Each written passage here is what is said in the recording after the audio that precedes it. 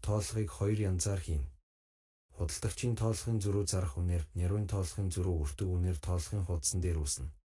Тохируулах данс дээр илүүдэл ба дутагдлын зөрүүг үүсгэх данс харилцагч сонгоно. Барааны тасгийг заавал сонгох шаардлагатай. Тооллого хийхэд цагийн зөрүү маш их хамааралтайг анхаарна уу? Тооллогоо илүү наривчлалтай тоолохыг хүсвэл барааны ангилал сонгосноор тухайн ангилалд хамаарах бараануудаар тооллогын хуудас үүснэ.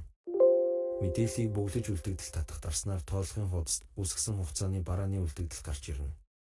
Тооллого тоо багнад тоосон тоо хэмжээг оруулж хадгалах дарна.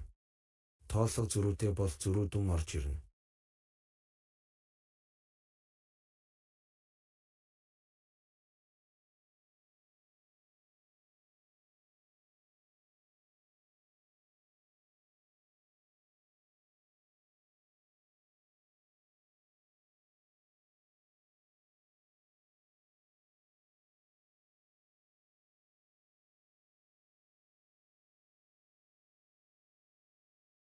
Тооллого хийсэн жагсаалтаар тайлант хугацаанд хийгдсэн тооллогуудыг харна.